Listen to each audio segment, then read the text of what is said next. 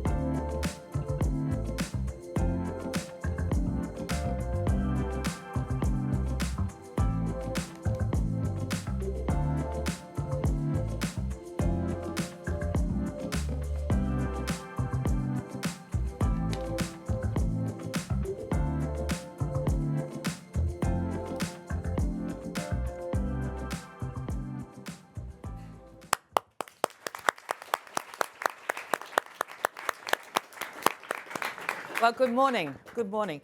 And I'm so glad that Jo didn't let me down. I thought she sounds very serious and she's giving me a big build-up, but surely she's going to do a joke. And yes, buttocks, buttocks is going to be the thing I'm going to put underneath my Instagram today. Buttocks, buttocks. And also, I just wanted to say, because Jo mentioned like bring your whole self here, and that's an example actually, because we share our sadness that my younger sister died of multiple sclerosis when she was really young. And, you know, it still lives with us. I'll tell you a little bit about myself. This amazing community, by the way, I've never been here before, and thank you so much for inviting me. It's a real honour. And it's also always wonderful to know that people are like fighting the good fight to make the world a better place. But I'm from Liverpool. You might hear traces of my accent. And I'm a product of social mobility, which I'm going to talk about in a minute. And I'm also going to talk about the WOW festivals and what they do all over the world, and my hopes for them and my fears for them as well. But before I do that, I just want to give you a sort of little touch and flavour of some of my experiences of travel. And I'm going to start with an advert. So who's under 45 here? A lot of you. So you might not remember this at all. Well, actually, a bit easier. Who's older? Who's over 45? Okay, so you're all the people thinking, it's hot and I've got menopause. Yeah. Well, so there was a very, very kind of critical advert that my partner, who was in advertising for years, reminded me of the other day. And it was a sort of transformative advert for women and travel. You know, women and travel had a very upper class, you know, or upper middle class at best, kind of relationship to travel, because obviously you had to have money and you had to have a sort of the ability to have permission to go travelling. And there was a sort of an attitude to travel as well, which was that it was to resorts, or it was for an art journey, or, you know, in other words, you sort of had to belong to a certain set. And then Campari came up with an advert. There's always been a relationship between alcohol and travel, hasn't there? It was a contrast to a martini advert. So there used to be this martini advert called "Have a taste of martini, the most beautiful drink in the world," right? And it was full of women and men on skis. And they were so wonderfully poised. They had fabulous figures. They were clearly extremely rich. They laughed a lot, sort of, you know, and they were always on ski slopes. But it was very, and the women were not as good as skiers as men, but they didn't mind because they just laughed. And you know, and obviously they then got drunk, and who could blame them? But then there was this other advert for Campari with an actress called Lorraine Chase, who was born in Deptford, and she was like a strong Cockney, and the advert went, some guy trying to get off with her in some resort, and he said, "Has somebody wafted you from paradise?" And she went, "No, from Luton Airport." And it was a really big advert for the idea of travel for everyone. And they went on, these adverts became, you can look at them on YouTube, they're great, and they became a sort of series. And there was the cleverest one.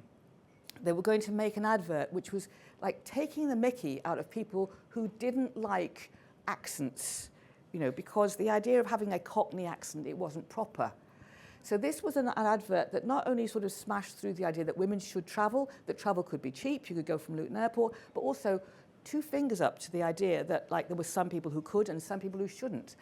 So they chose the quote from My Fair Lady, "The rain in Spain falls mainly on the plain." Do you remember that quote? And it's where Eliza Doolittle is being taught to speak properly. So she's supposed to go, "The rain in Spain falls mainly on plain." And she kept on saying, "The rain in Spain falls mainly on the plain." So they decided they would do this as the advert as she was getting on her plane from Luton Airport to Spain. But at the very last minute, the estate of Lerner and Lowe, who wrote My Fair Lady, said, "You can't use that. You haven't got permission." So they had everything ready, the film crew, the location. You can imagine how terrifying that was. A lot of money going into Lorraine Chase standing by. And in the back of the trailer van, the wonderful copyright kids came up with a completely different phrase. "The water in Mallorca don't taste like what it oughta." And it was a smash hit. But it seems to me such a significant idea that you were saying in that one advert, yes, Campari, but basically we can be free to be whoever we want. We can speak how we want, we can go where we want, and two fingers to you if you're going to try and stop us. And, you know, it was only 10 years before that married women, so this was when I was in my mid-20s, like traveling around, you know, hitching around Greece with my girlfriends. Nevertheless, my mother still wouldn't be able to sign her own checks because she was a married woman, and in the 70s you couldn't sign your own checks if you were a married woman. So I'm just going to give you, the world is full of these extraordinary contrasts. Now, none of the men would have had these experiences because, in a way, you know, you got off the blocks earlier. So, you know, men don't tend to have the memory of when they weren't allowed to do things. To a certain extent with class, of course, everybody. But the idea that women didn't have permission unless they got it from their husbands, or, you know, got permission from their church to kind of approve of what they were going. You could go to Lourdes, but you couldn't wear a bikini. You know, that sort of idea.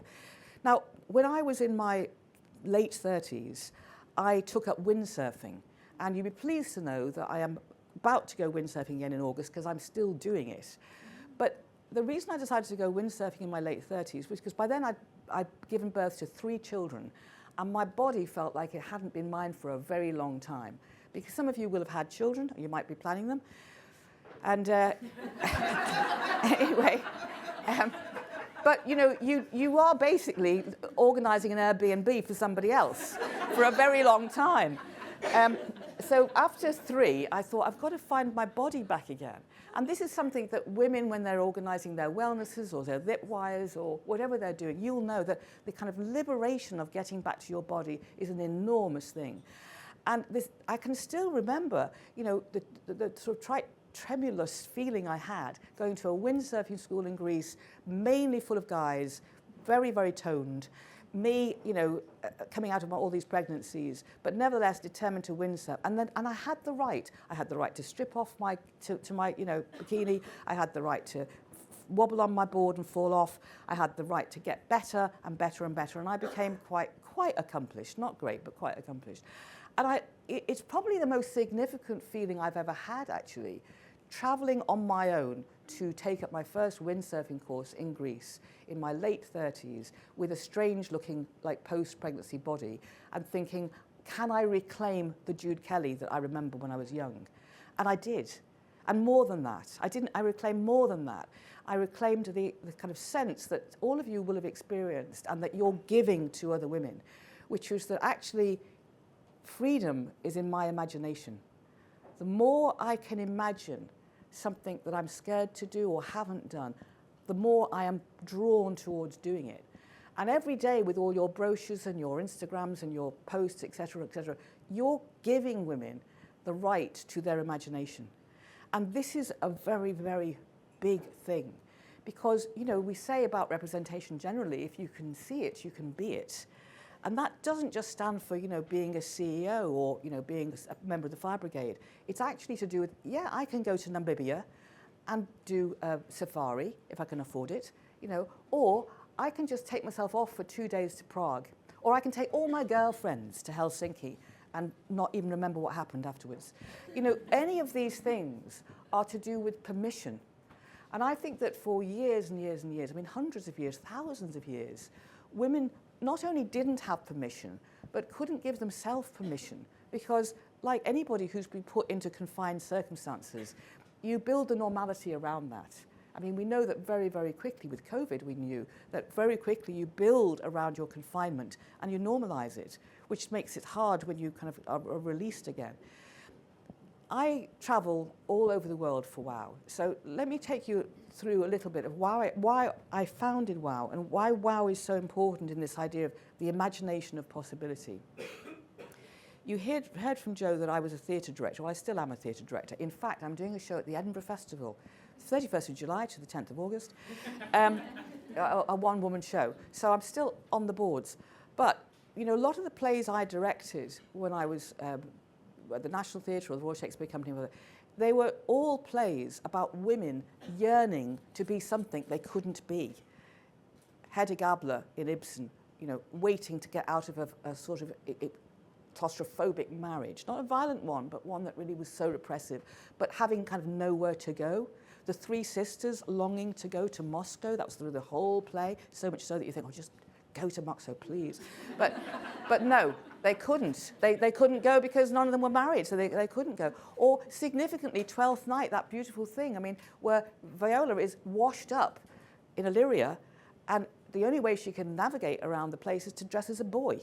All those folk songs where you're going to go off and find your lover because he's gone to sea, you have to go as a boy, you have to dress as a man. There's no way that most of the women in the plays that I was doing were able to actually freely travel. When I started as the artistic director at South Bank Centre, it was the top job you could get as a woman in the arts, really. I mean, the biggest arts centre in Europe.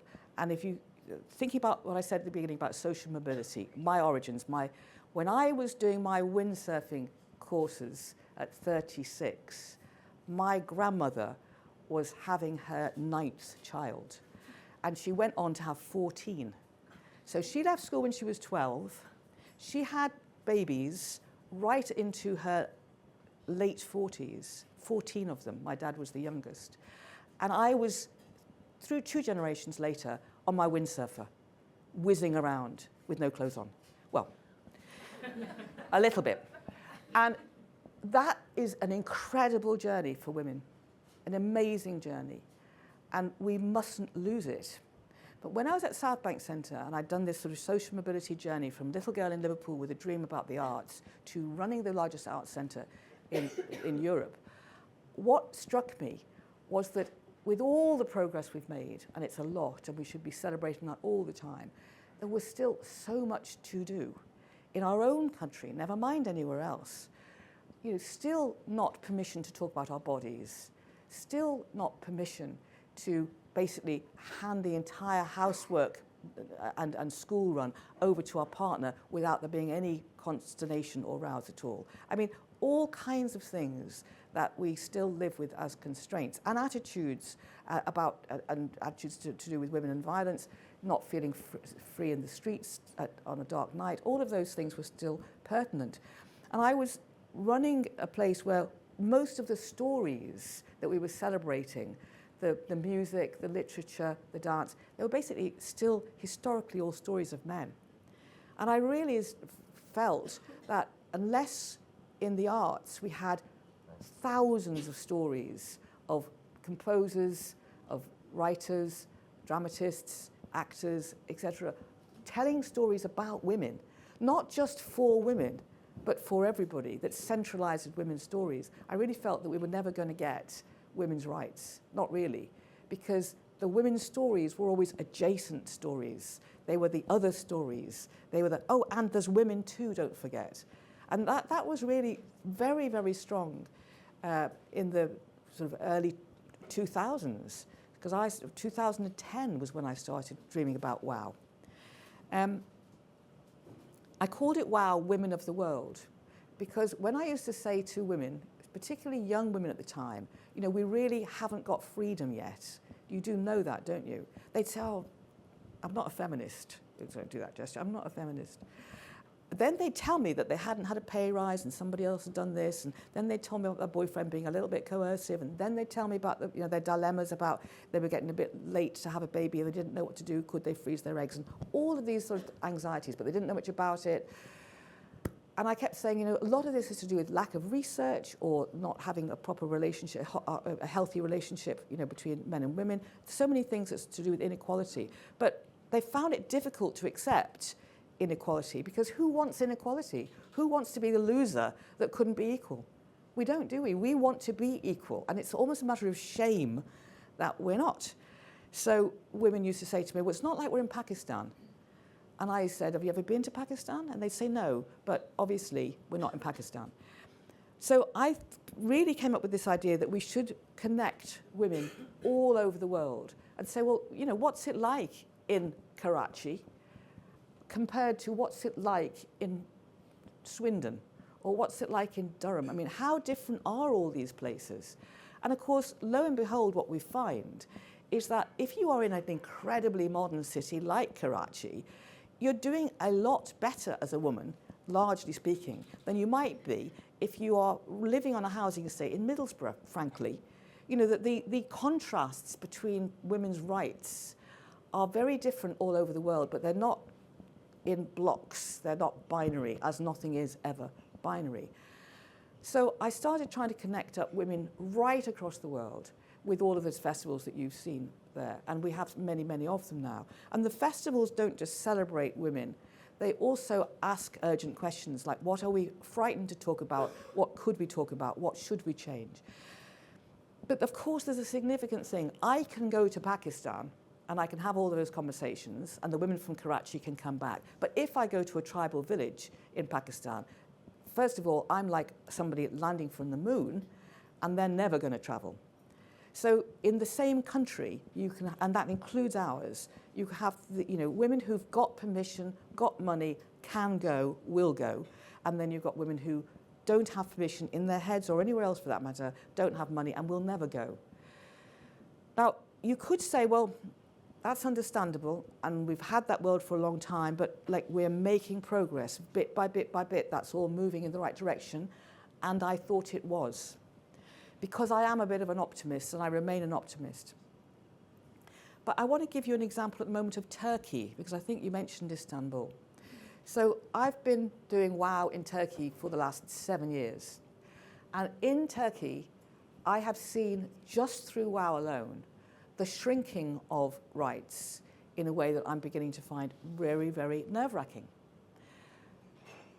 We started off doing a huge wow in Istanbul with a very mixed community, where the Muslim community, the Christian community, the secular community, all coming together in a huge celebration of wow. I mean, you've seen the pictures, the kind of, sense of the big scale, the joyousness, etc. With lots of different talks. We talk about everything from domestic violence to, is it still a feminist? Can you be a feminist and shave your pubic hair? Is that okay? These sort of, massive of different topics, great things that are frivolous sort of idea and things that are fun idea, put them all together. Turkey, huge. Within 2 years, we were told by the Turkish women that people were already being arrested for disagreeing with government about certain kinds of things. And part of the disagreement was about family policy, bringing family life back into the center of Turkey in a way that said, well, yes, of course you have freedoms, but your first obligation is to your family. Now, within another 2 years, we were told that they wouldn't actually say that you were not allowed to use the phrase women's rights, but we would prefer you not to. And we would prefer you to talk about family values. And this year, we had to do WOW in a closed space by private invitation, away from the main centre, because they were worried about security. Now, that is a chilling story.